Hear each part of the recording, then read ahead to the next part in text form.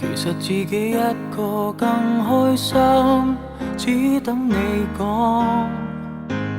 其實大家早已嫌大家，卻盼望恨有多一點碰撞。然而無聊事幹不敢打攪對方。要是你願意誠實講一趟，彼此都起碼覺得釋放。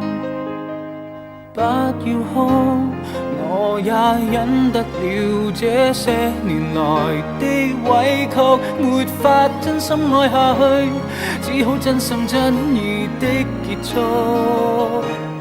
別再做情人，做隻貓，做隻狗，不做情人，做隻寵物至少可愛迷人。和你不瞅不睬，最終只會成為敵人。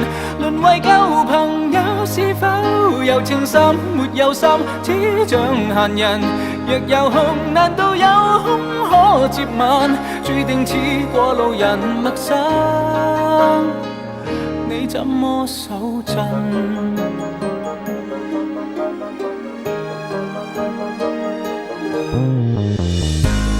長期被逼戀愛也真比失戀更慘，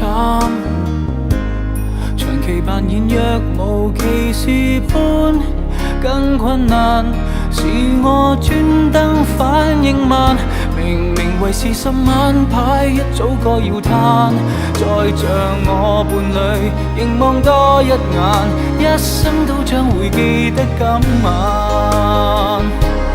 別再做情人，做隻貓，做隻狗，不做情人，做隻寵物至少可愛迷人。和你不瞅不睬，最終只會成為敵人。淪為舊朋友，是否有情深沒有心，只像閒人。若有空，難道有空可接吻？這預告發自虔誠內心。對不起，自動分手錯愕的你，怕會傷感。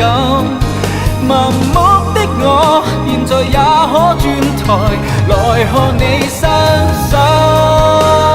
別再做情人，做隻貓，做隻狗，不做情人，做隻寵物至少可愛迷人。